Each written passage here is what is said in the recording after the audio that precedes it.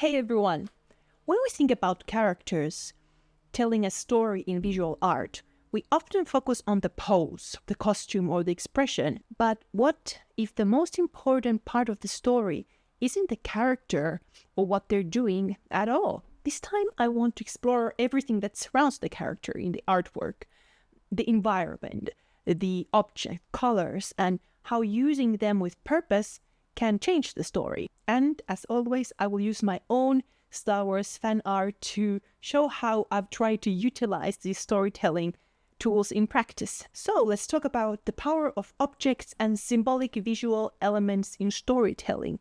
The small details that can carry a big meaning. Props, tools, artifacts, they can all serve as more than decoration. They can become emotional triggers, symbols, or even narrative turning points. They function a little bit like color or lighting in the way that they can shape the mood and have symbolic meaning. So let's take an example. In this piece I made of Kylo Ren, he's standing alone on a spaceship. Behind him, the windows open into the emptiness of space. It's cold, vast, and isolating. The color palette is overwhelmingly blue. It makes sense because the scene is lit by the glow of a blue hologram, but symbolically, the color makes the setting feel cold and full of emotional weight and distance. But it's the small object at his feet that tells the real story, an old salvaged Imperial interrogation droid. Objects in an image can do more than just fill space. They can carry the story. Sometimes a single item can reveal characters' motivation, hidden conflict, or even shift the emotional weight of a scene. This old interrogation droid is battered and broken, but Kylo Ren has activated it. And the droid projects a recording of one of its past interrogations, and not just any moment, but the scene that we all remember from the first Star Wars movie, A New Hope, where Princess Leia, Kylo Ren's mother, is held as a prisoner by Darth Vader, who is Kylo Ren's grandfather. We see Leia in distress and Vader looming in front of her. But now, in this single moment, Kylo Ren faces both of his legacies. He idolizes Vader, but what is he feeling now as he's standing in his mother's place? Does this confrontation with the past maybe change him? That interrogation droid is not just an object. In this artwork, it drives the entire narrative. It holds history, it bridges generations, and might even be a turning point for a character. Objects in art can be more than just background details. The viewer instinctively searches meaning in them. Why is it here? Who did it belong to? Why is it placed this way? If used thoughtfully, objects can guide the viewer's understanding of the scene or add layers of complexity.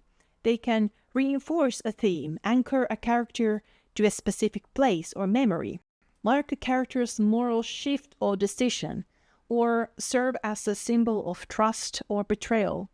Sometimes an object can contradict the character's actions, hinting at doubt or conflict. It can be a physical manifestation of guilt or regret, or serve as a source of power or control. Other times, it can foreshadow what's to come or reveal what came before, tie characters across time or generations, or remind the character or the viewer of what is at stake. A well-developed background scenery can provide crucial context for the story, and in some cases, it tells the entire story without needing the character to do anything.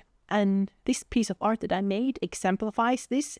It presents Darth Vader entering the hidden control room of the rebel base on Hoth, sometime after the Empire's invasion in the Empire Strikes Back movie.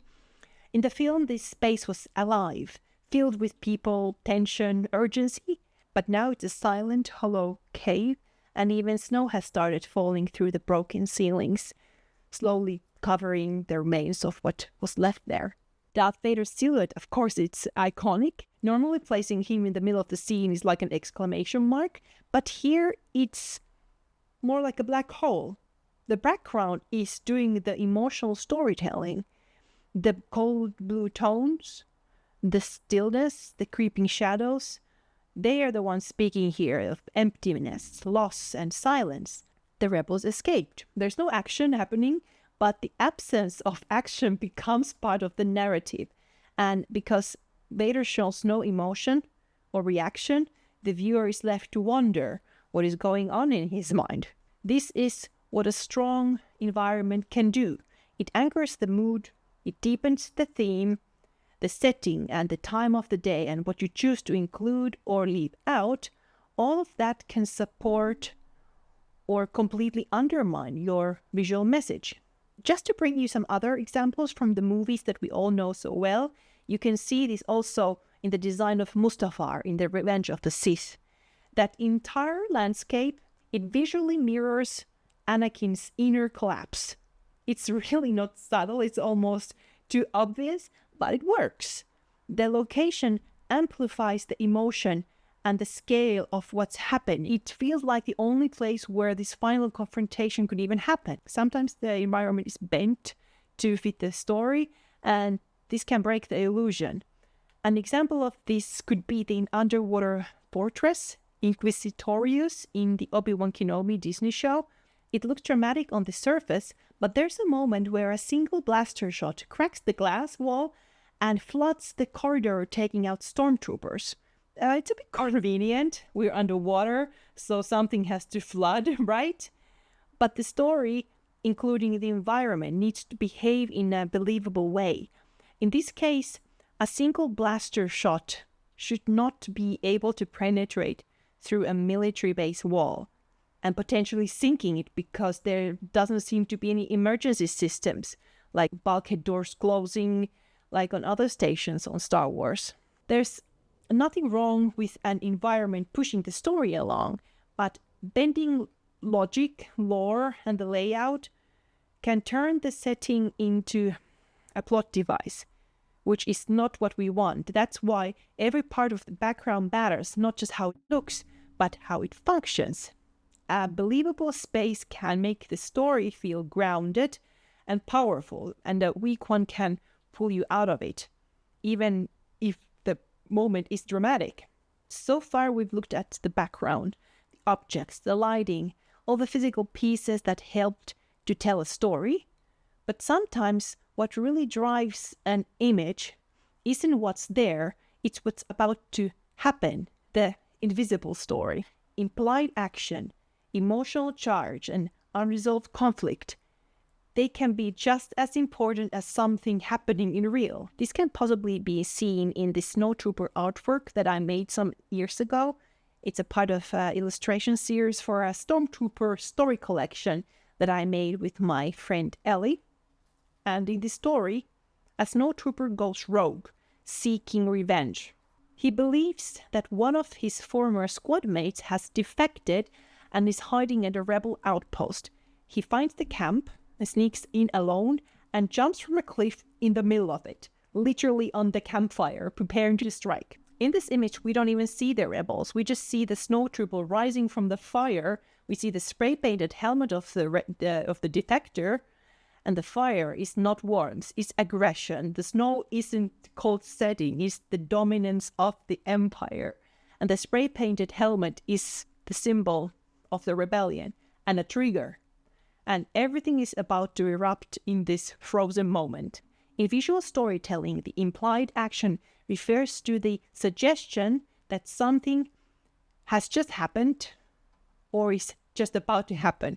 Rather than showing the action, the artist captures the moment of anticipation, letting the viewer's imagination take place. That creates tension, and tension can be sometimes more powerful than action. Classical artists use this all the time. Caravaggio, for example, painted scenes frozen in the instant before a strike or just after a betrayal.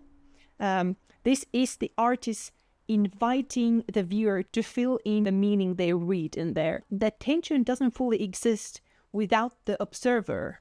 The viewer becomes a co-creator. They're reading into the gestures and imagining what is happening next. Our personal experiences and beliefs and connection to the story all shape how we interpret the image. and the art becomes kind of a dialogue. And that's what I've been building toward. This final piece is probably my favorite artwork that I've ever created. I just feel that I was somehow able to bring everything that I've learned about storytelling together in one picture. It's a scout trooper on the moon of Endor. The body language of the trooper portrays a confident invader. The pose is heroic, dynamic, made stronger by perspective and foreshortening, and the angle makes you feel how tall and ancient this forest is. The background plays its part. The fire creeps through the living trees behind the trooper, representing the Empire invading a peaceful world. It plays with the light and shadow. The dark figure is coming to you and casting a shadow on you. Maybe you are a tiny Ewok hiding in the grass. If you look closer, you'll see more moments. An Ewok in mid-fall experiencing this is Endor moment, and something else is unfolding in the foreground in any moment. The tension here is not just in the action, it's in the way that the trooper looks at you. Even when you do not see his eyes, you are in the story now. And that makes you also think or rethink how you see the story, the power dynamics, and the players in the story. And that's why this is probably my best work. Also, I never really believed that Ewoks could beat the Empire, so I changed that. So this wraps up a 3-part series that I made about visual storytelling. I hope these videos have been helpful for you or maybe inspired you to tell your own stories. I will be back with new ideas and maybe some new obsessions. Let's see. But until then, bye.